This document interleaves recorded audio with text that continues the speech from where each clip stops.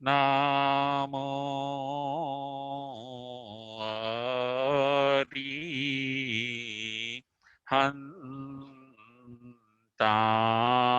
હંતાણમ નામો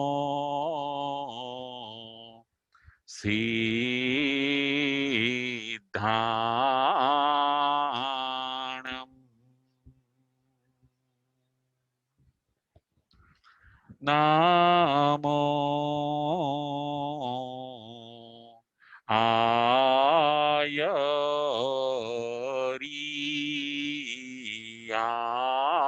આયરિયાણમ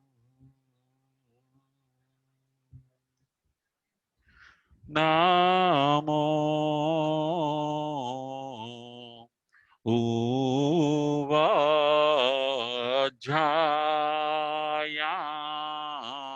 ઉવાજાયાણમ નામો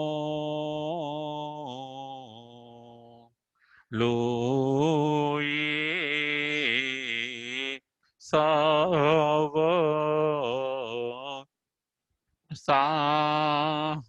સાહુણમ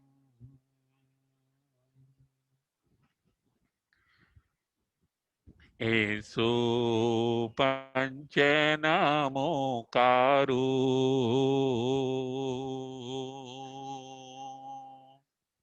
સવ પાવપણાસણો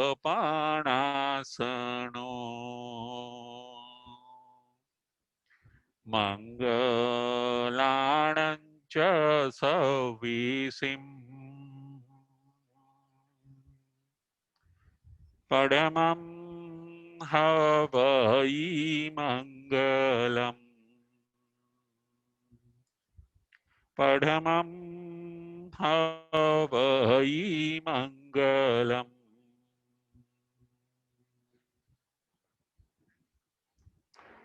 સિદ્ધાણમ નમો કિચ્ચા સંજયાણમ ચ ભાવો સંતિ સંતિ કરેલુયે પત્તો ગઈ મણુત્તરમ પત્તો ગઈ મણુત્તરમ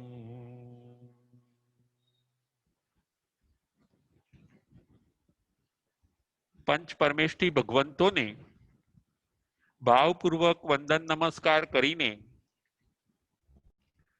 ધર્મ પ્રેમી શ્રાવક શ્રાવિકાઓ ઉત્તરાધ્યન સૂત્ર પરમાત્માની અંતિમ દેશના અધ્યયન નંબર 28 પ્રવચન નંબર 74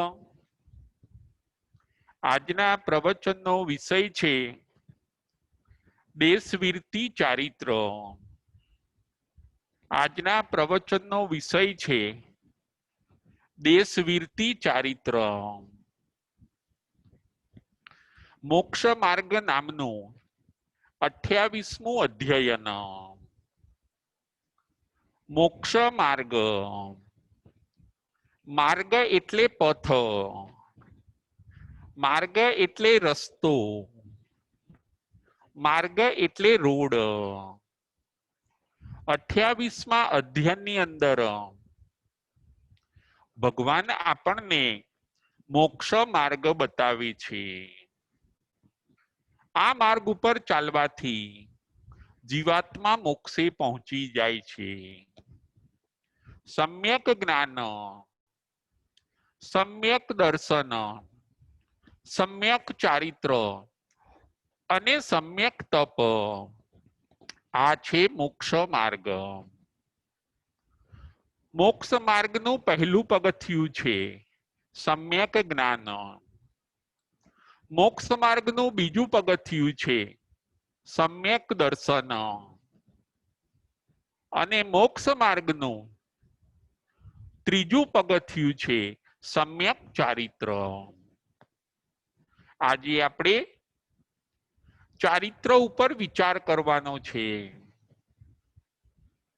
ચારિત્રના પણ બે પ્રકાર છે સર્વવીરતી ચારિત્ર અને દેશવીરતી ચારિત્ર. સર્વવીરતી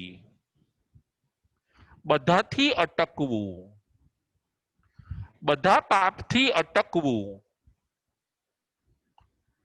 બધા પાપને છોડી દેવા, એને કહેવાય છે સર્વવીરતી ચારિત્ર. આ ચારિત્ર સંતોને હોય છે. ચારિત્ર એટલે પાપ ન કરવું. સર્વવીરતી ચારિત્ર એ સંતોને હોય છે. એમને સર્વ સાવધ્ય યોગનો ત્યાગ હોય છે. એમને નવ કોટીથી પ્રત્યાખ્યાન હોય છે. એ લોકો પાપ કરતા નથી, કરાવતા નથી, અને કોઈ કરતું હોય તો એની અનુમોદના પણ એ લોકો કરતા નથી. ત્યારે આશ્રવ અટકે છે. સર્વવીરતી, વીરતીનો અર્થ થાય છે અટકવું, વિરામ પામવું, સ્ટોપ થવું. શેનાથી સ્ટોપ થવું? તો કે પાપોથી સ્ટોપ થવું, પાપને ન કરવા. એને કહેવાય છે સર્વવીરતી ચારિત્ર. આ ચારિત્ર સંતોને હોય છે. બીજા નંબરનું ચારિત્ર છે દેશવીરતી ચારિત્ર. દેશવીરતી ચારિત્ર, દેશ એટલે થોડુંક, દેશથી, વીરતી એટલે અટકવું, મોટા પાપોને છોડવા, એને કહેવાય છે દેશવીરતી ચારિત્ર. મોટા પાપોને છોડવા, એને કહેવાય છે દેશવીરતી ચારિત્ર.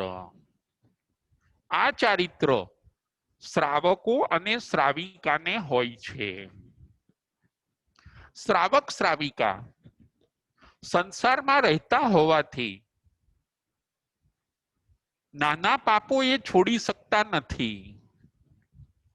ગૃહસ્થાશ્રમમાં અનિચ્છાએ પણ એમને નાના મોટા પાપ કરવા પડે છે. એટલે ભગવાને એમને મોટા પાપ એ પોતે ન કરે એ સમજાવ્યું, અને એ મોટા પાપ છોડી દે તો એને કહેવાય છે દેશવીરતી ચારિત્ર. શ્રાવક શ્રાવિકાએ મોટા પાપ છોડવાના છે.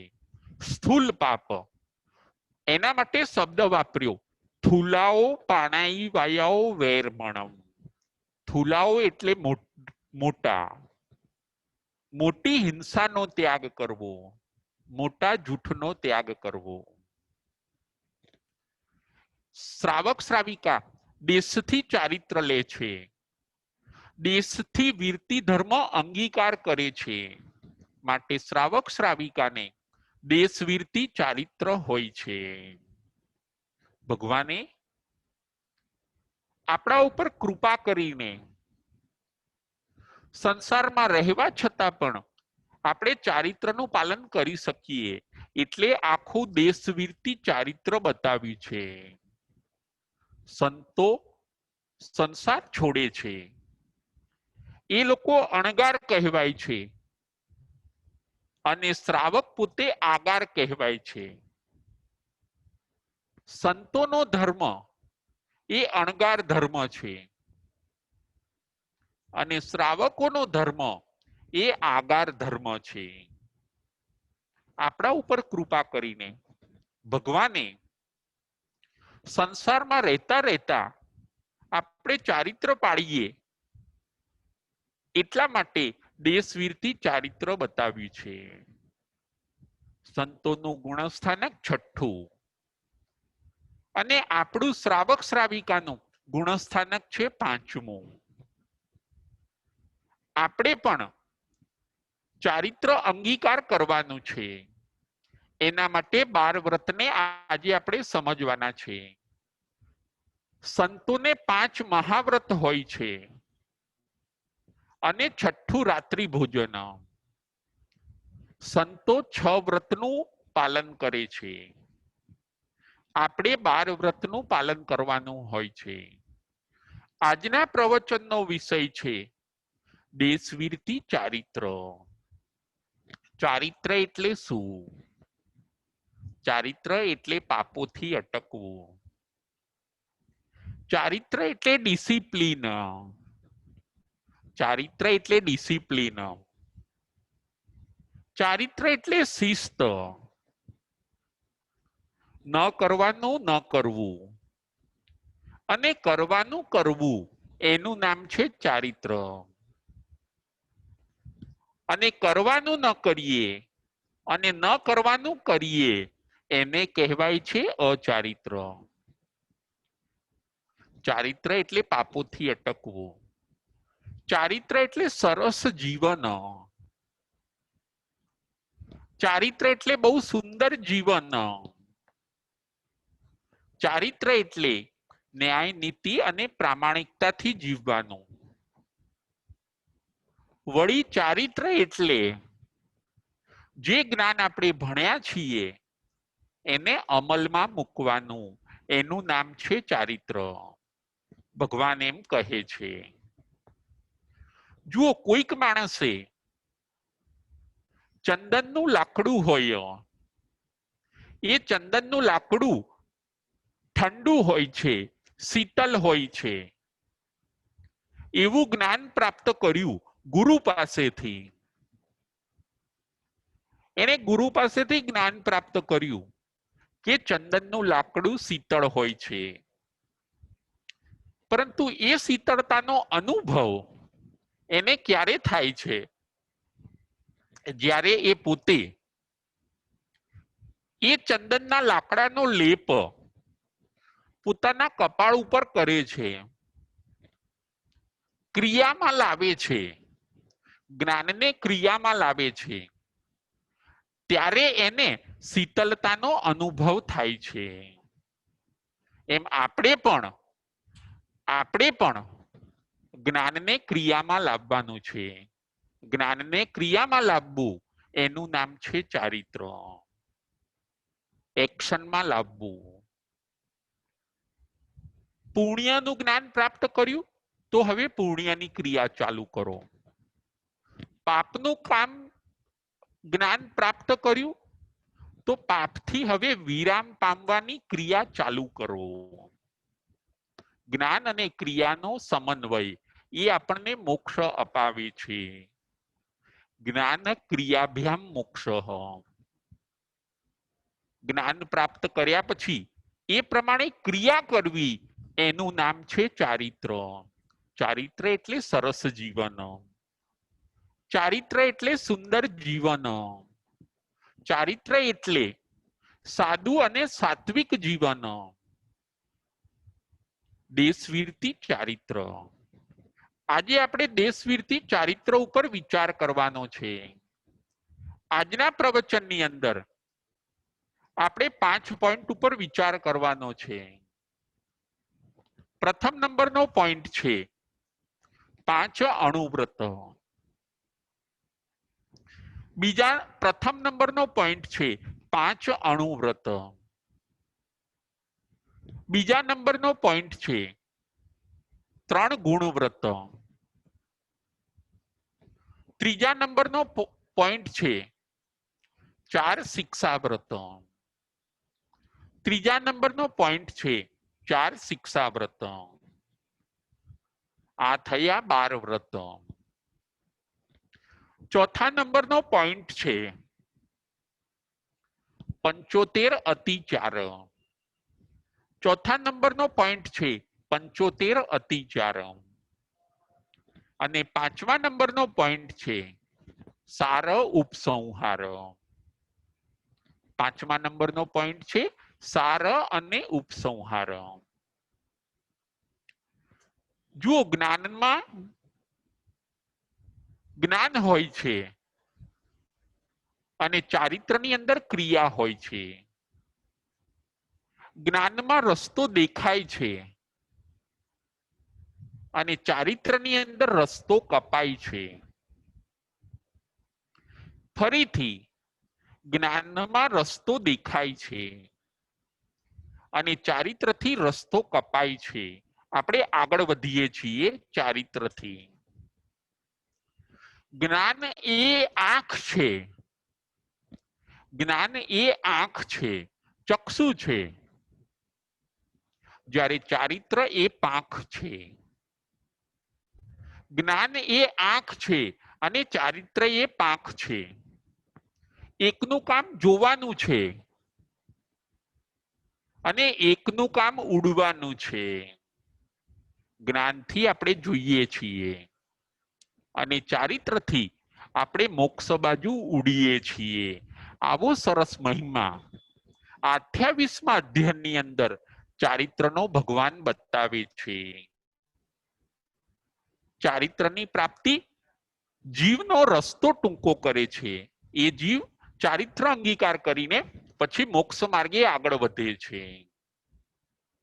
પ્રથમ નંબરનો આપણો પોઈન્ટ છે 5 અણુવ્રત. 12 વ્રતને આપણે ગ્રહણ કરવાના છે. જે 12 વ્રત ગ્રહણ કરે છે, ભગવાન કહે છે કે એને ચારિત્ર અંગીકાર કર્યું, એને દેશવીરથી ચારિત્રને અંગીકાર કર્યું. જે 12 વ્રત લે છે એને ભગવાનની આજ્ઞાનું પાલન કર્યું. એને 12 વ્રતને ભાવપૂર્વક પાળવાના છે. સંસારમાં રહેતા રહેતા એને 12 વ્રતને સમજીને બહુ જાગૃતિ સાથે એ જો પાળે તો એ પોતે 5મા ગુણસ્થાનકનો માલિક બને છે.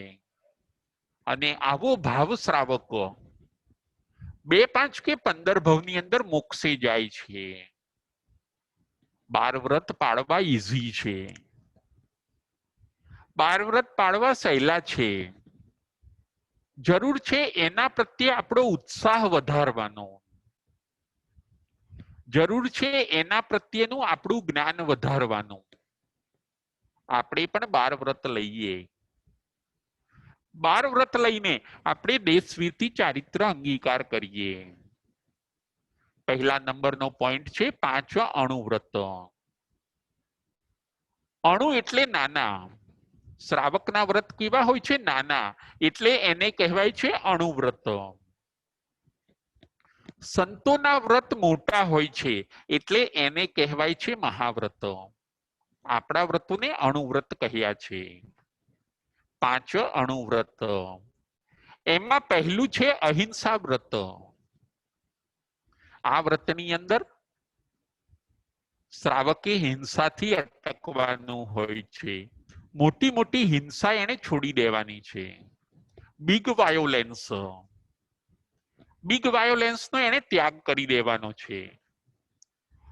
લાઈફ ટાઈમ માટે, જાવજીવ માટે. જેમ કે હું જાણી જોઈને કોઈની હિંસા કરીશ નહીં. હું મારવાના ઈરાદાથી કોઈને મારી નાખીશ નહીં. કોઈને ફાંસી કે જન્મટીપ થાય તેવું હું કરીશ નહીં. હું મધપુડા તોડાવીશ નહીં. આવી રીતે બિગ વાયોલેન્સ. કતલખાનાઓ સાથે મારે કોઈ સંપર્ક નથી. હું માંસાહારનો કાયમ ત્યાગ કરું છું. આવા બધા પચખાણ લેવા એને કહેવાય છે પહેલું અહિંસા વ્રત. આ વ્રત શ્રાવકે જાવજીવ માટે પાળવાનું હોય છે. આ વ્રત શ્રાવકે 6 કોટીએ પાળવાનું હોય છે. પહેલું હતું અહિંસા વ્રત, બિગ વાયોલેન્સનો ત્યાગ. બીજું વ્રત છે સત્ય વ્રત, સાચું બોલવાનું. જૂઠનો ત્યાગ. કોઈને ફાંસી કે જન્મટીપ થઈ જાય એવું મોટું ખોટું નહીં બોલવાનું. કોઈને બહુ નુકસાન થાય એવું ખોટું નહીં બોલવાનું. કોઈના રહસ્યો ઉઘાડા નહીં પાડવાના. કોઈને ધ્રાસકો પડે એવું પણ નહીં બોલવાનું. એ છે સત્ય વ્રત. આ વ્રત પણ જાવજીવનું છે. અને શ્રાવકે આ વ્રત પણ 6 કોટીએ પાળવાનું હોય છે. દુવિહમ તિવિહેણમ, 2 કરણ અને 3 યોગ બરાબર 6 કોટી. ત્રીજું અણુવ્રત છે અચૌર્ય વ્રત. ત્રીજું અણુવ્રત છે અચૌર્ય વ્રત. ચોરીનો ત્યાગ. થુલાઓ અદીનના દાણાઓ વેરમણમ. બીગ એટલે કે મોટી ચોરીનો ત્યાગ. કોઈ આપણા ત્યાં થાપણ મૂકી ગયું હોય અને આપણે પછી ફરી જઈએ કે ના આપે થાપણ મૂકી નથી, મોર્ગેજ ઉપર કોઈ વસ્તુ મૂકી ગયું હોય તો આપણને ચોરીનો દોષ લાગે. કોઈ થાપણ મૂકી ગયું હશે તો હું ખોટું બોલીશ નહીં, એની થાપણ લઈ લઈશ નહીં, કોઈના તાળા ખોલીને હું ચોરી કરીશ નહીં, રાજ્યની વિરુદ્ધ હું કર ચોરી આદિ કરીશ નહીં, હું દાણ ચોરી આદિ કરીશ નહીં. જો આવા વ્રત લે અને એ પાળે તો એ જીવાત્મા શ્રાવક ગણાય છે, સાધુની સમકક્ષ એ જીવાત્મા ગણાય છે. ચોરીનો ત્યાગ, ખાતર ખણી ગાંઠડી છોડી, તાળું પર કૂંચીએ કરીને હું ચોરી કરીશ નહીં. આ છે અચૌર્ય વ્રત ત્રીજું. એ પણ શ્રાવકે 6 કોટીએ પાળવાનું હોય છે, જાવજીવ સુધી. દુવિહમ તિવિહેણમ. ચોથું અણુવ્રત છે બ્રહ્મચર્ય વ્રત. બ્રહ્મચર્ય સ્વદાર સંતોષીએ, સભર્તાર સંતોષીએ. અન્ય સ્ત્રી કે પુરુષ સાથે સંબંધ ન રાખવો, એને કહેવાય છે સ્વદાર સંતોષીએ વ્રત. શ્રાવકે આ વ્રત પણ જાવજીવ માટે પાળવાનું હોય છે. આ વ્રત 1 કોટીએ પાળવાનું હોય છે. એગવિહમ એગવિહેણમ. પાંચમું અણુવ્રત છે અપરિગ્રહ વ્રત. થુલાઓ પરિગ્રહાઓ વેરમણમ. બીગ પરિગ્રહ એટલે કે મોટા પરિગ્રહનો ત્યાગ કરવો. શ્રાવક નાનો પરિગ્રહ રાખી શકે, એને ખાલી મોટા પરિગ્રહનો ત્યાગ કરવાનો છે કે હું આટલી સંપત્તિથી વધારે સંપત્તિ રાખીશ નહીં, આટલું સોનું ચાંદી, આટલા જ ઘર, અમુક જ ફર્નિચર, અમુક ફ્લેટ, એનાથી હું વધારે રાખીશ નહીં, અમુક કેશ પૈસાથી હું વધારે રાખીશ નહીં. પરિગ્રહની લિમિટ કરવી, પરિગ્રહની મર્યાદા બાંધી દેવી. એ થયું પાંચમું અણુવ્રત. થુલાઓ પરિગ્રહાઓ વેરમણમ. અપરિગ્રહ વ્રત. શ્રાવક પોતે સંતોષમાં આવી જાય. એ પોતે હવે લોભના કારણે દોડે નહીં. પોતાની પાસે જેટલો થોડો પરિગ્રહ છે એમાં એ પોતે સંતોષ માને અને હવે પોતાનો બચેલો સમય એ પૈસા કમાવા દોડે એના કરતા ધર્મ ધ્યાનમાં એ સમયને ગાળે. એટલા માટે ભગવાને આ બધા વ્રતો બતાવ્યા છે. વ્રત આપણને તારે છે. વ્રતમાં આપણે લિમિટ નક્કી કરી, આપણે લિમિટમાં આવ્યા, આપણે થોડાક બાધાઓની અંદર આવી ગયા, આપણી અપેક્ષાઓ ઓછી થઈ, આપણી ઈચ્છાઓ ઓછી થઈ, એટલે હવે આપણને સુખ મળવાનું. વ્રત આપણને સુખ આપે છે. ઈચ્છાઓ અને વધારે અપેક્ષાઓ, હજી વધારે જોઈએ એવી બધી અપેક્ષાઓ જીવને દુઃખી કરતી હોય છે. 5 અણુવ્રત. પાંચમું અણુવ્રત છે પરિગ્રહની મર્યાદા કરવી. જેટલું છે એટલામાં સંતોષ માનવો. ક્યાં કટકો ક્યારે કટકો. હું અમુક વર્ષ સુધી જ કમાઈશ, પછીનો સમય હું ધર્મ ધ્યાનમાં આપીશ. હું 50 વર્ષ સુધી જ કમાઈશ, પછીનો મારો સમય બધો ધર્મ ધ્યાનમાં આપીશ. અથવા તો મારી પાસે આટલા પૈસા થઈ જશે ત્યાં સુધી જ હું સર્વિસ કે બિઝનેસ કરીશ. એટલા પૈસા થઈ જશે પછી હું મારો સર્વિસ કે ધંધો વાઇન્ડ અપ કરીને હું મારો સમય ધર્મ ધ્યાનની અંદર આપીશ. શ્રાવકે પોતે ધર્મ ધ્યાનના પરિણામ લાવવાના છે.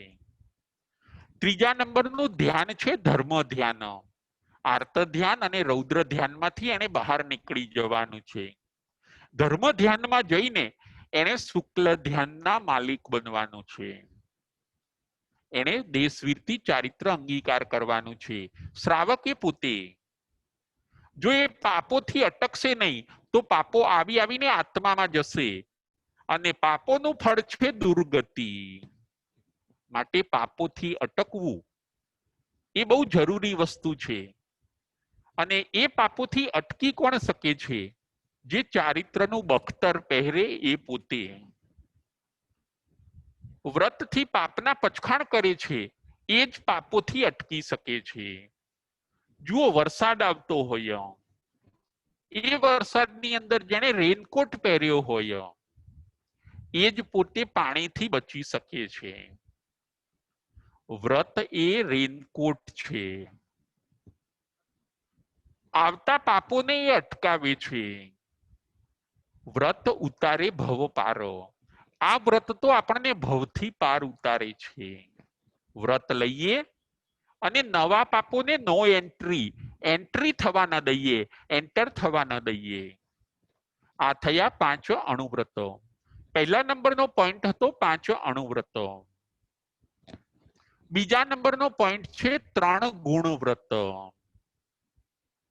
3 ગુણ વ્રત. ઉપરના 5 ગુણોમાં જે વૃદ્ધિ કરાવે છે એવા હવે 3 ગુણ વ્રત આવે છે. ફરીથી ઉપરના 5 વ્રતોમાં જે વૃદ્ધિ કરાવે છે એવા 3 ગુણ વ્રત હવે આવે છે. એમાં છઠ્ઠું વ્રત છે ડીસી વેરમણમ. દિશાઓની મર્યાદા કરવી. ચારે દિશાઓ પૂર્વ પશ્ચિમ ઉત્તર દક્ષિણ 10-10 કિલોમીટરથી હું વધારે બહાર જઈશ નહીં. અમદાવાદ શહેરની બહાર હું જઈશ નહીં. ઇન્ડિયા છોડીને હું ફોરેનમાં જઈશ નહીં. આ વ્રત પણ જાવજીવ સુધી પાડવાનું હોય છે. જેટલી દિશા આપણે ખુલ્લી રાખી છે એટલી જ દિશાનું આપણને પાપ લાગે છે. અને જે દિશા બંધ કરી છે એ દિશાના પાપની રાવઈ આપણને લાગતી નથી. આવા બધા ભાવ છે. વ્રત લેવાનો ફાયદો આ બધો છે. છઠ્ઠું દિશી વેરમણમ વ્રત. દિશાઓની મર્યાદા કરવી. આ વ્રત પણ જાવજીવ માટે લેવાનું હોય છે. આ વ્રત 3 કોટીએ લેવાનું હોય છે. એગવિહમ તિવિહેણમ. આ વ્રત 3 કોટીએ લેવાનું હોય છે. હું આટલી મર્યાદાથી બહાર જઈશ નહીં, હું કરીશ નહીં, મન વચન અને કાયાથી. એગવિહમ તિવિહેણમ.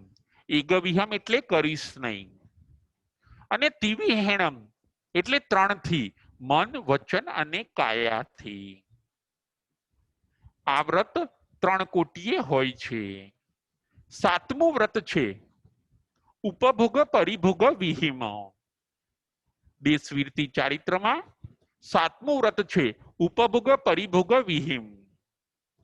વાપરવાની વસ્તુઓની મર્યાદા કરવી.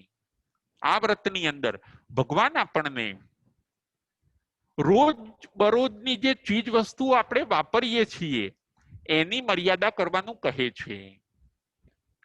ખાવાની આઈટમો, શાકભાજી ની મર્યાદા, ફળ ફ્રૂટની મર્યાદા, ડ્રાય ફ્રૂટની મર્યાદા, કપડાની મર્યાદા, ચંપલોની મર્યાદા, પાણીની મર્યાદા. આવી રીતે જે રોજબરોજની વાપરવાની વસ્તુઓ છે એની મર્યાદા આ વ્રતની અંદર કરવાની હોય છે. આ વ્રત પણ જાવજીવ સુધી પાડવાનું હોય છે. આ વ્રત પણ 3 કોટીએ પાળવાનું હોય છે. એકવિહમ તિવિહેણમ.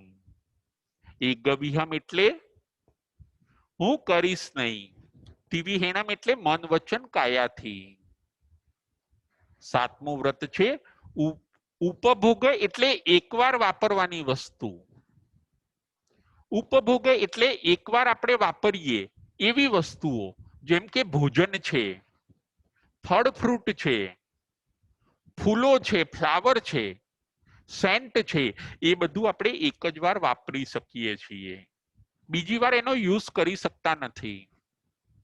અને પરિભોગ એટલે વારંવાર વાપરીએ એવી વસ્તુઓ. એમાં શું શું આવે? તો કે એમાં આવે કાર આવે, સ્કૂટર છે, કાર છે, કપડા છે,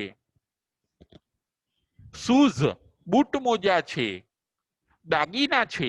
આ બધી પરિભોગની અંદર આ બધી વસ્તુઓ આવે છે. એકવાર જે ઉપયોગમાં લઈ શકાય એને કહેવાય છે ઉપભોગ. અને વારંવાર જેને ઉપયોગમાં લઈ શકીએ એને કહેવાય છે પરિભોગ. ભગવાન કહે છે ભોગવવાની આ બધી વસ્તુઓની તમે મર્યાદા કરો. 7મા વ્રતની અંદર, શ્રાવકનું 7મું વ્રત. વળી આ વ્રતની અંદર શ્રાવક પોતે 15 પ્રકારના કર્માદાનનો ત્યાગ કરે છે. કર્માદાન એટલે બિઝનેસ, ધંધો. જે અર્થ ઉપાર્જનનું સાધન છે એવા 15 બિઝનેસ કરવાની ભગવાન ના પાડે છે. જેમાં બહુ મોટી હિંસાઓ છે એવા 15 ધંધા કરવાની ભગવાન ના પાડે છે. ઇંગાલ કમે, વણ કમે, સાડી કમે, ભાડી કમે. વન કપાવવાનો ધંધો, જમીન ખોદાવાનો ધંધો,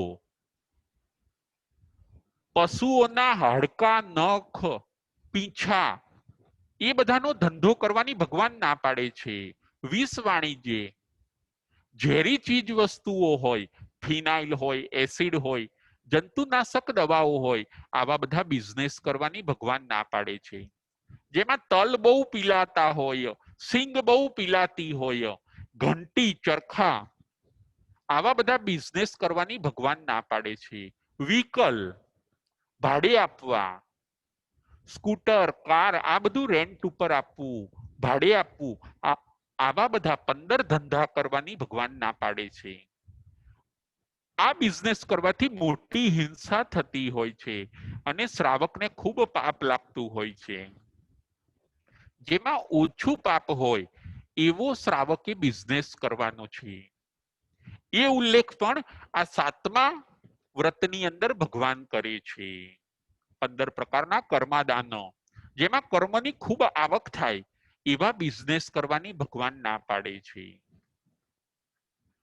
7મું વ્રત હતું ઉપભોગ પરિભોગમ વિહિમ. આ વ્રત પણ શ્રાવકે 3 કોટીએ પાડવાનું હોય છે. એકવિહમ તિવિહેણમ.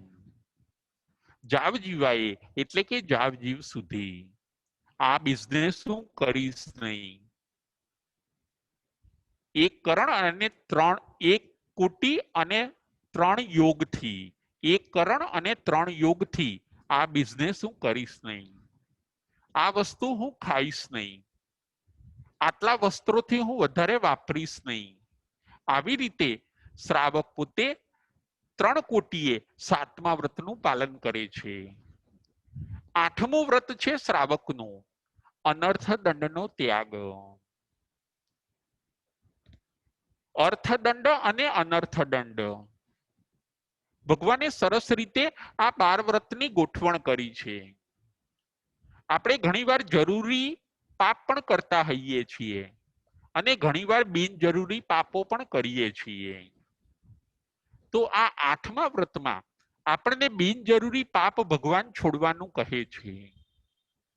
અનર્થદંડ કે તમારે કરવું જરૂરી નથી એવા પાપ તમે છોડી દો. જેમ કે કોઈકને શસ્ત્રો બનાવવાનો ધંધો હોય, વેપન, તો આ જરૂરી નથી, અનર્થદંડનું પાપ લાગે. કોઈ ફૂલ ઝાડ તોડે, ઘાસ ઉપર ચાલે, તો આ બધો અનર્થ દંડ છે. કોઈ જુગાર રમે છે તો આ બધો અનર્થ દંડ છે. કોઈ ટીવી જોવે છે, કોઈ હાસી મસ્કરી મજાક કરે છે, તો આ બધો અનર્થ દંડ છે. અર્થ વગર બિનજરૂરી જીવ પાપ બાંધે એને કહેવાય છે અનર્થ દંડ. આ 8મા વ્રતમાં આપણને ભગવાન એમ કહે છે કે બિનજરૂરી પાપને તમે હવે ન કરો. અનર્થ દંડ વીરમણમ. અનર્થ દંડથી તમે અટકો. ફટાકડા ફોડવા, લાઇટિંગ કરવી, મ્યુઝિકો વગાડવા, શસ્ત્રો ભેગા કરવા, પ્રમાદ કરવો, ચિંતાઓ કરવી, ટેન્શન કરવું અને નવો કર્મબંધ કરવો, આ બધું અનર્થ દંડ છે. અર્થદંડ નથી. અર્થદંડ એટલે જરૂરી કરવું પડે અને કરીએ. મોજ શોખનું બધું જે આપણે કરીએ છીએ એ બધું અનર્થ દંડમાં આવે છે. આ વ્રત 6 કોટીએ પાળવાનું હોય છે, જાવજીવ સુધી. 9મું વ્રત છે શ્રાવકનું સામાયિક વ્રત. આ વ્રત 48 મિનિટનું હોય છે. 48 મિનિટ સુધી શ્રાવકે પોતે સર્વ સંસારનો ત્યાગ કરીને સાધુની જેમ બની જવાનું હોય છે. આ વ્રત 8 કોટીએ કે 6 કોટીએ પાળવાનું હોય છે.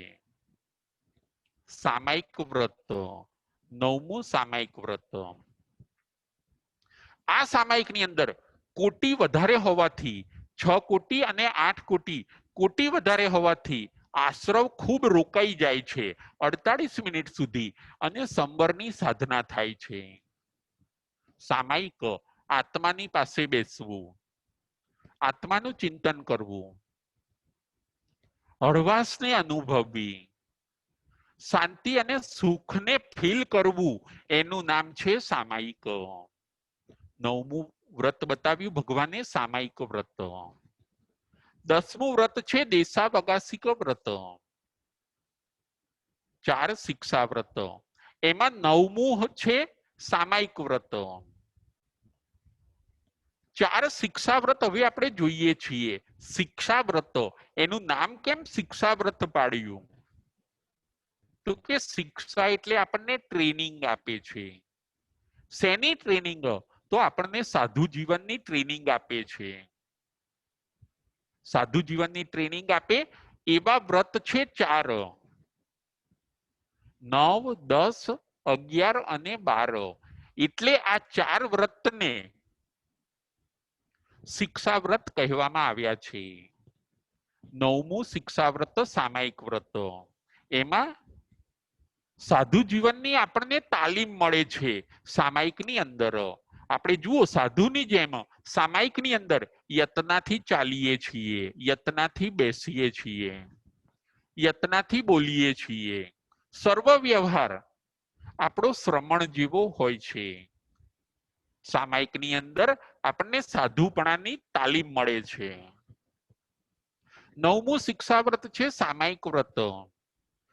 10મું શિક્ષા વ્રત છે દેશાવગાસિક વ્રત. આ વ્રત 24 કલાકનું હોય છે. એક આખો 24 કલાક ઉપાશ્રય રહેવાનું હોય છે. એકાસણું કે બેસણું કરવું, 11 સામાયિક કરવી, 2 ટાઈમ પ્રતિક્રમણ કરવું અને દિશાઓ વગેરેનું સર્વનું સંક્ષેપ કરવું, એને કહેવાય છે દેશાવગાસિક વ્રત. આ વ્રતની અંદર હજી વધારે લિમિટ કરીને, વધારે લિમિટમાં આવીને 14 નિયમ અંગીકાર કરવાના હોય છે. જે આપણે છૂટ રાખી હતી એ છૂટને પણ હજી વધારે આપણે સંક્ષેપમાં લાવ્યા. હજી લિમિટ જે આપણી હતી એ લિમિટને પણ ઘટાડીને ખૂબ વધારે લિમિટની અંદર આવ્યા. એ છે 10મું દેશાવગાસિક વ્રત. આની અંદર પણ સંયમ જીવનની આપણને શિક્ષા મળે છે. 10મું દેશાવગાસિક. દયાવ્રત પણ આને કહેવામાં આવે છે. 11મું વ્રત છે પૌષધ વ્રત. શ્રાવકનું 11મું વ્રત છે પૌષધ વ્રત. શ્રાવક પોતે આઠમ પાખીના પૌષધ કરે, ઉપવાસ કરે, ઉપાશ્રય રહે, સમભાવની સાધના કરે, 2 ટાઈમ પ્રતિક્રમણ, 2 ટાઈમ પ્રતિલેખન, કૌશક અને ધ્યાન, નવકાર મંત્રના જાપ અને આત્માની મસ્તી, સંસારનો ત્યાગ 1 દિવસ માટે. આ વ્રત પણ 24 કલાકનું હોય છે પૌષધ વ્રત. આ વ્રત પણ 6 કોટીએ પાળવાનું હોય છે. 11મું પૌષધ વ્રત. આમાં પણ શ્રમણ જીવનની આપણને તાલીમ મળે છે. પૂંજવું, પ્રતિલેખન કરવું, વહેલા ઉઠવું, સ્વાધ્યાય કરવો, ચોખ્ખો ચોવિયાર કરવો, આવો બધો લાભ આપણને પૌષધ વ્રતની અંદર મળતો હોય છે. ધીરે ધીરે આપણે ચારિત્રની અંદર આગળ વધીએ છીએ. ચારિત્ર એટલે ચાલવું, જ્ઞાન એટલે જાણવું, જ્ઞાન એટલે જાણવું, દર્શન એટલે જોવું, અને ચારિત્ર એટલે ચાલવું. ચારિત્રની અંદર જીવ ચાલે છે, એનો રસ્તો કપાય છે, એ મંજિલ બાજુ ધીરે ધીરે આગળ વધે છે. 12મું વ્રત છે અતિથિ સંવિભાગ વ્રત. જ્યારે જ્યારે સંત સતીજીનો લાભ મળે ત્યારે ભાવપૂર્વક વહોરાવવું. જ્યારે જમવા બેસે, અગત્યની વાત તો એ પણ છે કે આપણે જ્યારે જમવા બેસીએ ત્યારે આપણે ભાવના ભાવવાની કે આજે કોઈ સંતો આપણા ઘરે પધાર્યા કે નહીં, આજે આપણને સુપાત્ર દાનનો લાભ મળ્યો કે નહીં. શ્રાવક પોતે આવું ચિંતન કરે, સંત સતીજીને વહોરાવીને પછી એ પોતે વાપરે. સંત સતીજીને વહોરાવીને એમના સંયમ જીવનની આપણે અનુમોદના કરવાની છે. એ લાભ પણ આપણે ચૂકવાનો નથી. એ છે 12મું અતિથિ સંવિભાગ વ્રત. આ 12મા વ્રતની અંદર કોઈ કોટી હોતી નથી. આ કોટી વગરનું વ્રત છે. 1 કોટી, 2 કોટી, 6 કોટી કે 8 કોટી, આવી કોઈ કોટી 12મા વ્રતની અંદર હોતી નથી. આ થયા 12 વ્રતો. 5 અણુવ્રત, 3 ગુણ વ્રત અને 4 શિક્ષા વ્રત. શ્રાવક જો આ વ્રત અંગીકાર કરે, સદગુરુ પાસે એને લેવાના છે અને જાવજીવ સુધી એને પાળવાના છે. એને થોડું સિન્સિયર બનવાનું છે, એને ગંભીર બનવાનું છે. જુઓ, આપણે ઇન્સ્યોરન્સ પણ ઉતરાવીએ છીએ આપણા લાભ માટે.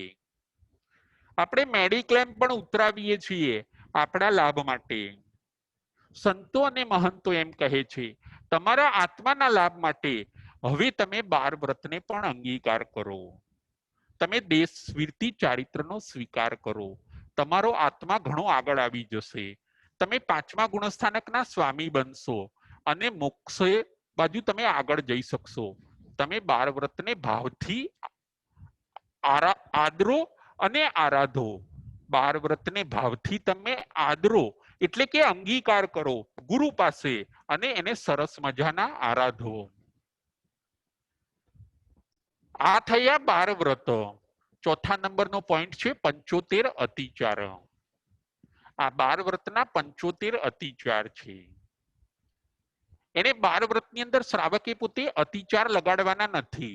અતિચાર એટલે દોષ, અતિચાર એટલે ભૂલ.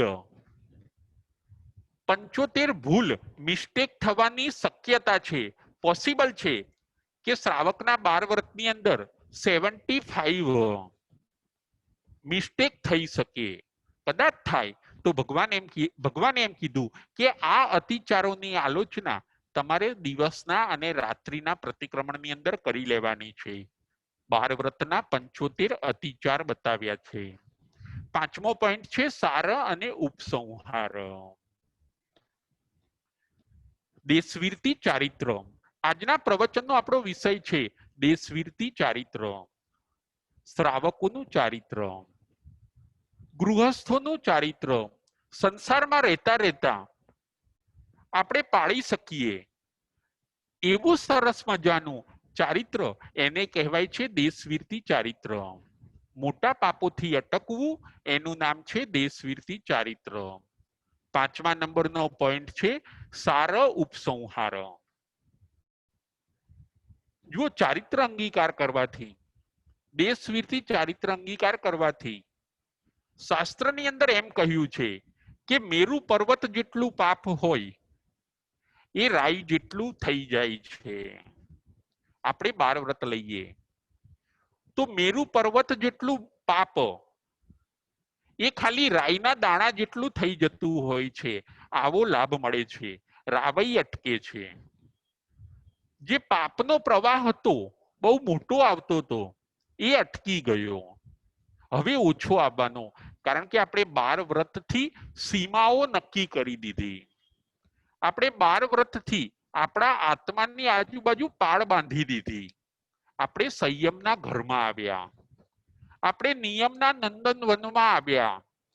આપણા જીવનની અંદર ચારિત્રની ચાંદની ઉગી, એટલે આપણે પાપનો પ્રવાહ થોકબંધ આપણા આત્માની અંદર જશે નહીં. મેરુ પર્વત જેટલું પાપ રાઈ જેટલું થઈ જતું હોય છે. સાર અને ઉપસંહાર. જો ચારિત્રની આરાધના નારકી લોકો કરી શકતા નથી, તિર્યંચ લોકો એમાં અમુક કરી શકે. દેશવીરથી ચારિત્રની આરાધના અમુક તિર્યંચો કરી શકે, જેને જાતિ સ્મરણ જ્ઞાન થયું છે એ લોકો. મનુષ્ય કરી શકે છે. મનુષ્ય તો બંને ચારિત્રની આરાધના કરી શકે, સર્વવીરતી અને દેશવીરતી. તિર્યંચો ખાલી દેશવીરતીની આરાધના કરી શકે. ફરીથી નારકીઓ ચારિત્રની આરાધના કરી શકતા નથી, એ લોકો અચારિત્રમાં જ રહે છે. તિર્યંચો પણ અચારિત્રમાં જ રહે છે.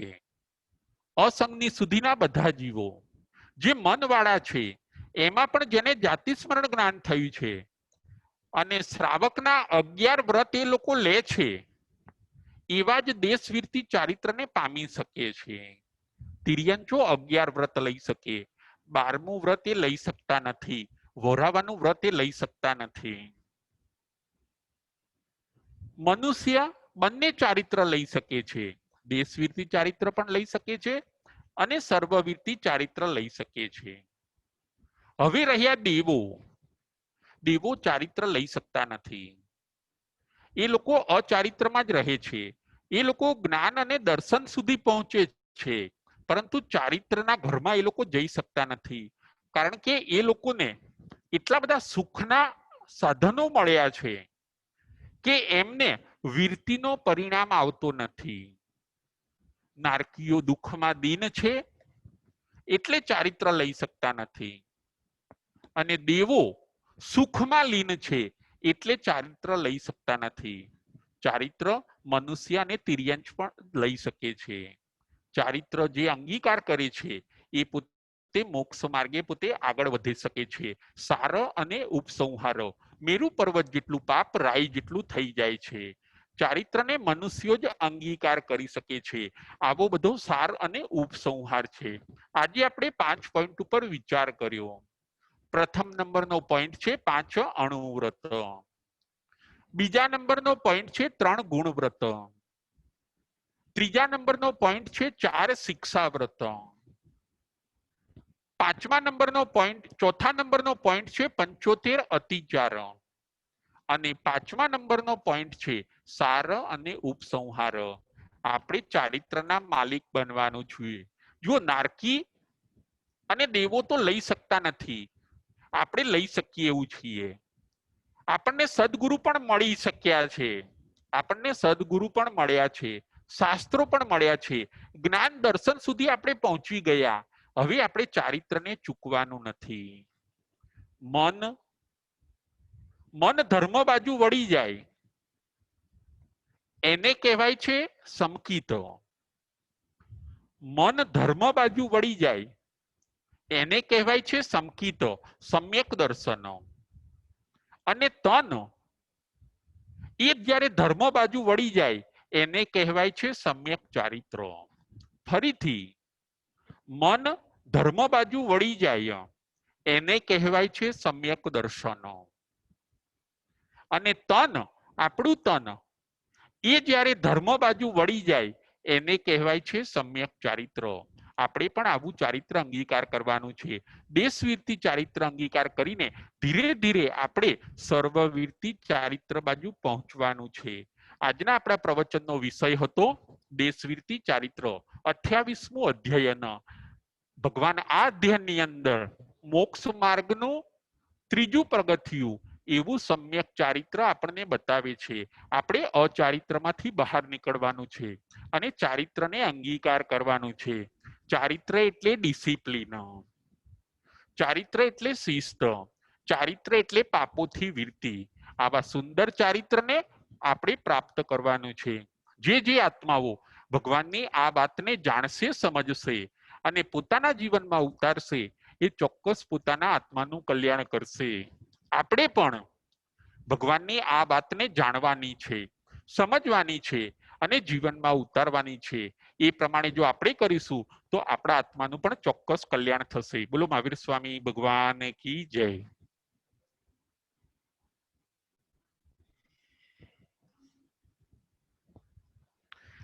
જમ વાઈદમ બચ્ચા મિલેમિના ખરમ ચખરમ ભયનમ વિનયનમ જોગિનમ ઘોષિનમ સુતુરીનમ દુઠ્ઠુ પરિજ્યમ કાલે કહો સજાઓ કાલે ના કહો સજાઓ સજય સજયમ સજય ન સજયમ. એમ ભણતા ગણતા ચિંતવતા જ્ઞાનના 14 તીજાર માયલો કોઈ પણ તીજાર મને કે તમને લાગ્યો હોય તો અરિયંતનંદ સિદ્ધ કેવડી ભગવાન આપની સાક્ષી એ તસમી છામી દુકડામ.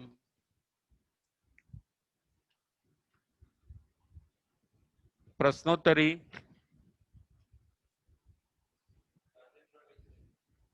રાજેન્દ્રભાઈ શેઠ. પ્રણામ પ્રણામ ગુરુજી. પ્રણામ. આપણે એવો ચારિત્ર ના લઈ શકે, સંકિતિ દેહ વૈક્ય સ્વરૂપ મન. હલો હલો, અવાજ નથી આવતો, અવાજ નથી આવતો રાજેન્દ્રભાઈ, અવાજ નથી. દેવો ના લઈ શકે, હા, પરંતુ વૈક્રિય રૂપ માણસનું લે અને પછી લે તો ના થાય ને. બરાબર છે. પણ એ છે ને એ પેલું કેવું કે થોડા ટાઈમ માટે બધું પેલું આપણે કહીએ ને ડ્રામા જેવું કરી શકે થોડા ટાઈમ માટે, પણ એને પરિણામ ના આવે વીરતીના. એને પોતાના પરિણામ ના આવે એમ, પોતાને પરિણામ ના આવે. એટલે એની મને એટલી લક્ઝરિયસ મન લાઈફ હોય ને. સંકિતિ દેવો એટલે મન ના થાય ને એવું પછી વખતે. ના, એને ચારિત્ર ગમે ખરું, પણ ચારિત્ર લેવું એને અઘરું લાગે રાજેન્દ્રભાઈ યારે. બરાબર. સમકીતી વાળાને ગમે પણ લઈ ના શકે, અને ચારિત્ર વાળાને તો ગમે પણ ખરું અને લે પણ ખરો. એટલે વૈક્રિય સ્વરૂપમાં માન્ય એટલે ના થાય એમ એવું. હા, ના, એ કદાચ વૈક્રિય શરીર કરીને કદાચ કોઈ વાર સાધુ પણ એવું લે, પરંતુ એ કેવું ખાલી એ પેલું ડ્રામા કરવા જેવું થોડો ટાઈમ કરે, વળી પાછું એને તો પાછું જેમ કેમ આપણે પાછા ઘરે જતા રહીએ, માનો કે ઓફિસે જઈએ, ઘરે જઈએ ઉપાસ રહીથી થોડો ટાઈમ રહીને, એવી રીતે એ પણ છે ને બધે તીર્થંકર ભગવંતના વંદન કરવા જાય દેવો, સમોસરણમાં એમની દેશના પણ સાંભળે. પણ કોઈ દેવે 12 વ્રત લીધા કે કોઈ દેવે છે ને દીક્ષા લીધી એવું ના બને રાજેન્દ્રભાઈ. એ લોકોને ગમે બહુ પણ અંગીકાર ના કરી શકે. જ્ઞાન દર્શન 2 સુધી પહોંચે, ચારિત્ર ને તપ એ 2 વસ્તુ એ લોકો ના કરી શકે રાજેન્દ્રભાઈ. અને એ મનુષ્ય કરી શકે ચારિત્ર ને તપ. એ લોકો એટલી લક્ઝરિયસ લાઈફ, પછી એમના કર્મનો ઉદય જ એવો છે કે એમને 100% સારું લાગે, પણ કે ના અત્યારે નથી કરવું અમારે કે એ રીતનું એ પોતે ન કરે. ખ્યાલ આવ્યો? જય જિનેન્દ્ર. રાજેન્દ્રભાઈ સંઘવી. જય જિનેન્દ્ર રાજભાઈ. જય જિનેન્દ્ર. સાતામાં. હા, સાતામાં. સંસારના 5 અતિચાર તપમાં જે છે એ આમાં ના આવે, શ્રાવકના દેશવીરથી ચારિત્રમાં. હા, 12 વ્રતની અંદર એ નહીં આવે, એ તપમાં જશે. એ છે ને તપના અતિચાર, આ ચારિત્રના અતિચાર જ્યોતિબેન. બરાબર. હા સંથારાના 5 છે ને એ તપના અતિચાર, જ્ઞાન, દર્શન, ચારિત્ર અને તપ. હમ. એટલે બરાબર. એ તપમાં જશે. અને આપણે ચારિત્રના અતિચાર લઈએ ને તો એ 75 થાય છે જ્યોતિબેન. બરાબર. હા હા, ચલો હવે આગળ પ્રશ્ન. જય જિનેન્દ્ર. કેટલા બિઝનેસ કરવાની ભગવાન ના પાડે છે? શ્રાવકને પોતાને કેટલા બિઝનેસ કરવાની ના પાડે છે ભગવાન?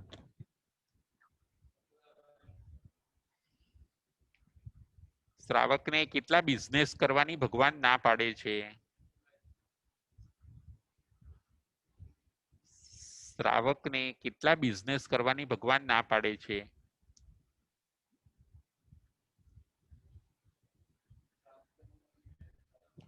શાંતનુ મહેતા,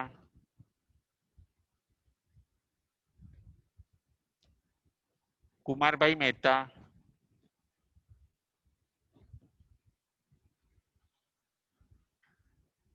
પંદર બિઝનેસ કરવાની ના પાડે છે. રાઈટ રાઈટ રાઈટ, બરાબર છે. 15 બિઝનેસ કરવાની ભગવાન ના પાડે છે. રાઈટ, સાચું છે. બહુ સરસ. હવે આગળ, તિર્યંચ પોતે કેટલા વ્રત લઈ શકે? તિર્યંચ પોતે કેટલા વ્રત લઈ શકે 12 વ્રતમાંથી?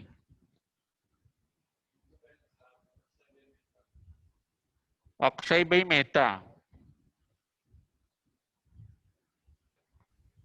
જય જિનેન્દ્ર રાજુભાઈ, જય જિનેન્દ્ર.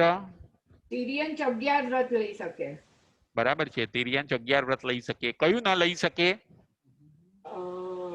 અતિથિ સંવિભાગ વ્રત. અતિથિ સંવિભાગ વ્રત, બરાબર છે. 12મું વ્રત એ પોતે ન લઈ શકે. બહુ સરસ, બહુ સરસ. હવે આગળ પ્રશ્ન. 12 વ્રત કયા કયા છે? 12 વ્રત કયા કયા છે? બકુલાબેન શાહ, 12 વ્રત કયા કયા છે શ્રાવકના? હેલો, હા, જય જય જિનેન્દ્ર. જિનેન્દ્ર. સાતામાં જય ગુરુજી. હા, સાતામાં સાતામાં. 12 વ્રતમાં પેલું અહિંસા, બીજું સત્યવ્રત, ત્રીજું અચૌર્ય, ચોથું બ્રહ્મચર્ય, પાંચમું અપરિગ્રહ, છઠ્ઠું દિશાવ્રત, સાતમું ઉપભોગ પરિભોગ વ્રત, આઠમું અનંત દંડનો ત્યાગ વ્રત, નવમું સામાયિક વ્રત, 10મું દેશાવાગસિક વ્રત, 11મું પૌષદ વ્રત અને 12મું અતિથિ સંવિભાગ વ્રત. બરાબર છે, બરાબર છે. આપણે કેટલા વ્રત પાડવાના બકુલાબેન? આપણે 12 વ્રત પાડવાના, બરાબર છે. અને સંતો કેટલા પાડે? સંતોએ કેટલા પાડવાના? સંતોય 12 પાડે. હા, એ લોકો 12 પાડે, પણ એમને છે ને મોટા બતાવ્યા છે 5 હા, મહાવ્રત. 5મા વ્રત ને છઠ્ઠું રાત્રિ ભોજન. હા, અને છઠ્ઠું રાત્રિ ભોજન. આપણે લૂઝ પાડવાના કે આપણે અત્યારે છે ને લૂઝ પાડીએ છીએ એવું બને આપણે છે ભાવથી બકુલાબેન? પાડવાના, ભાવથી પાડવાના. હા, ભાવથી પાડવાના. અને બકુલાબેન એક શું બને છે કે બધા છૂટ બહુ રાખે દરેક વસ્તુની અંદર, એટલે આગળ બહુ રાખે. હવે કોઈ રેનકોટ હોય અને એ ફાટેલો હોય, માનો કે બકુલાબેન, તો પછી પાણી જાય જ. હા, તો પછી એનો મતલબ નથી. એટલે કોઈ ફાટેલો રેનકોટ પહેરે ને કે હું પાણીથી બચી જઉં, ના, ન બચી એવું જાય. ન હોવું જોઈએ. વ્રત, હા, વ્રત તૂટવા ન જોઈએ. અને કદાચ વ્રત તૂટે તો એમ કીધું કે તૂટે ક્યારે? અતિચાર લાગે ત્યારે. તો કે અતિચારની પછી તમારે માફી માંગી લેવાની. કે પ્રાયશ્ચિત લઈ લેવો પડે. 12 વ્રત, હા, પ્રાયશ્ચિત લઈ લેવાનું. 75 અતિચાર લાગે તમને તો એનું પ્રાયશ્ચિત લેવાનું. વ્રત તૂટવા ન જોઈએ, એને સાંધી દેવાના વ્રતને. જેમ આપણે કપડું સાંધી દઈએ છીએ એવી રીતે વ્રતને સાંધી દેવાના. જીવ ચારિત્રના ઘરમાં ક્યારે આવે છે? 12 વ્રત સ્વીકારે ત્યારે. જ આવે. એને, હા, એને સંયમના ઘરમાં, સદગુરુ પાસે 12 સંયમના વ્રત ઘરમાં આવે. સ્વીકારવાના. નિયમના નંદનવનમાં આવે. હા, ચારિત્રની ચાંદનીમાં આવે. 12 વ્રત લેવા એટલે અડધી દીક્ષા બકુલાબેન. 12 વ્રત લેવા એટલે અડધી દીક્ષા. બરોબર. ખ્યાલ આવ્યો? હા, હા, આપણને અડધી દીક્ષાનો લાભ મળે છે 12 વ્રત પાડવાથી. બરોબર છે. આપણે ચારિત્રના ઘરમાં આવી જઈએ છીએ. હમ. ત્રીજું પગથિયું છે ચારિત્ર, ચારિત્ર. મોક્ષ માર્ગનું. હમ. ખ્યાલ આવ્યો? હા, જય જય જિનેન્દ્ર. જિનેન્દ્ર. જય જિનેન્દ્ર. હા. હવે આગળ પ્રશ્ન, કયું વ્રત કેટલા કોટીએ પાળવાનું હોય છે? કયું વ્રત કેટલા કોટીએ પાળવાનું હોય છે? કયું વ્રત? 12 વ્રત છે, એ 12 વ્રત કઈ કઈ કોટીથી પાળવાના હોય છે? મિતુબેન શાહ. જય જિનેન્દ્ર. જય જિનેન્દ્ર. પહેલું વ્રત છે અહિંસા વ્રત, એટલે એ 6 કોટીય હોય છે. બીજું છે સત્ય વ્રત, તે પણ 6 કોટીય હોય છે. ત્રીજું વ્રત છે ચોરીનું, એટલે કે અચૌર્ય વ્રત, તે પણ 6 કોટીય હોય છે. ચોથું વ્રત છે બ્રહ્મચર્યનું, એટલે એ 1 કોટીય હોય છે. પાંચમું વ્રત છે અપરિગ્રહ, તે 1 કોટી અને 3 કરણ, એટલે 3 કોટી. 3 કોટી. હા, એકવિહમ ત્રિવિહેનમ એટલે એકવ્યમ ત્રિવેણમ, એટલે પાંચમું પણ એકવ્યમ ત્રિવેણમ, છઠ્ઠું પણ એકવ્યમ ત્રિવેણમ, સાતમું પણ એકવ્યમ ત્રિવેણમ, આઠમું 6 કોટી આવશે. 6 કોટી એટલે દ્વિહમ ત્રિવિહેનમ. એકવ્યમ ત્રિવેણમ, હા, એ ખ્યાલ છે મને. અને નવમું જે વ્રત છે એ પણ 6 કોટી આવશે. અને 10મું દેશાવકાશિક વ્રત છે, સોરી, 10મું પણ 6 કોટી જ આવશે. 11મું પણ 6 કોટી આવશે. અને 12મું કોટી વગરનું વ્રત કહેવામાં આવે છે. બરાબર છે, બરાબર છે. અને 9મું સામાયિક વ્રત છે ને, એ 6 કોટી અથવા 8 કોટીનું હોય છે. હા, ઘણી એટલે વાર આપણે, એવું બને છે. હા, એટલે આમ 8 કોટી વાળા 8 કોટી બોલે છે, અને 6 કોટી વાળા 6 કોટી બોલે છે. હા, અને ટોટલ કોટી છે 9. મિતુબેન, ટોટલ 9 કોટી છે. તિવિહમ તિવિહેનમ, 3 એ કરણ અને આપણે કંથારાના પાઠમાં આવે છે એમ ને, દિવ્યમ હા ત્રિવેણમ. હા, 3 કરણ અને 3 યોગ, હા, એટલે ટોટલ કોટી છે 9. અને આપણે બરોબર. એમાંથી આપણે 6 કોટીએ ઘણી વાર પાલન કરતા હોઈએ વ્રત, એવું બને છે. બરોબર છે. ત્રણ દરવાજા ખુલ્લા રાખીએ, 6 દરવાજા બ્લોક કરીએ, એને કહેવાય 6 કોટી. બરોબર પાપના છે. 6 દરવાજા બંધ કરીએ. ખ્યાલ આવ્યો? હા, ખ્યાલ આવી ગયો. હા. જય જિનેન્દ્ર. જય જિનેન્દ્ર. હવે છે, હા, હવે આગળ છેલ્લો પ્રશ્ન,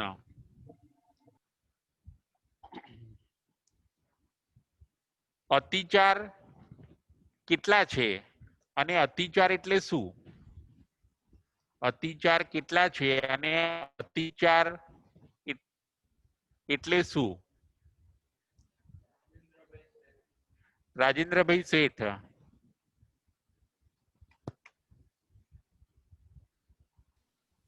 અતિચાર 99 છે, 99. અને અતિચાર એટલે આપણે જે વ્રત લીધા હોય અને એનો જે ભંગ થઈ જાય એને અતિચાર કહેવાય. મિસ્ટેક થાય, મિસ્ટેક થાય, બરાબર ભંગ છે. થઈ જાય. હા, એને કહેવાય છે અતિચાર. અતિચાર. એટલે અને એ લીધેલા વોશ કેવી વ્રતોમાં દોષ લગાવો. દોષ લગાડવો. દોષ અને લગાવો.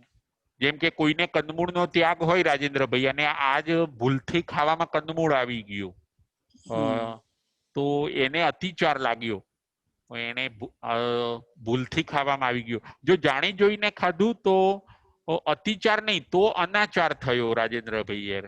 હા, બરાબર. અને જાણી જોઈને એને ખાધું તો અનાચાર થયો. અને જો ભૂલથી કઈ એને કંદમૂળ ખાવામાં આવી ગયું, બાધા હતી ને, તો એક અતિચાર. તો એ પ્રતિક્રમણ કરે તો અતિચાર એનું વશ થઈ જતું હોય છે. બરાબર. ખ્યાલ આવ્યો? એટલે અને આવા અનાચાર થયો હોય તો ગુરુ ભગવાનની સાક્ષી પ્રાયશ્ચિત લે તો ચાલે ને? તો હા, અતિચારનું પ્રતિક્રમણ અને અનાચારનું પ્રાયશ્ચિત લેવું પડે ગુરુ પાસે. અનાચાર પ્રાયશ્ચિત, બરાબર. જેમ કે કહેવાય ને કે કોઈ કપડું બગડ્યું હોય ને, તો આપણે ઘરે ધોઈ કાઢીએ તો ચોખ્ખું થઈ જાય રાજેન્દ્રભાઈ.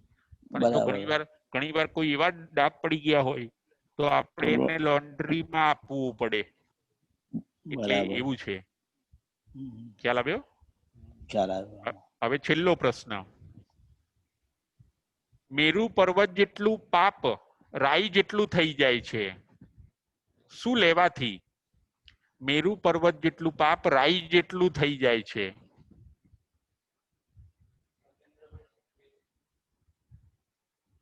રાજેન્દ્રભાઈ સંઘવી. જય જીનેન્દ્ર રાજુભાઈ. જય જીનેન્દ્ર. સાતમમાં, હા, સાતામાં. આ વ્રત અંગીકાર કરવાથી હમ. મોટું પર્વત જેવડું પાપ હોય એ નાનું રહી જેવડું થઈ જાય છે. હા, શું કરવાથી?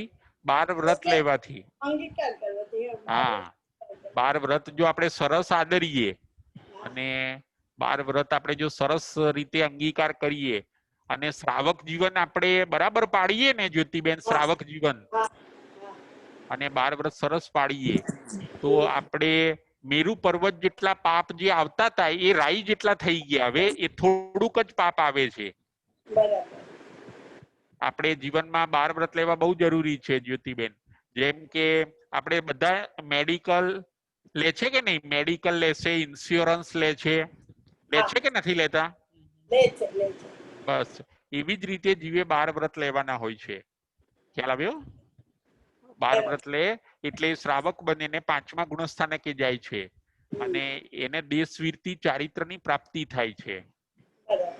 દેશવીરતી ચારિત્ર એટલે 5મું ગુણસ્થાનક. ખ્યાલ આવ્યો? જય જીનેન્દ્ર, જય મહાવીર.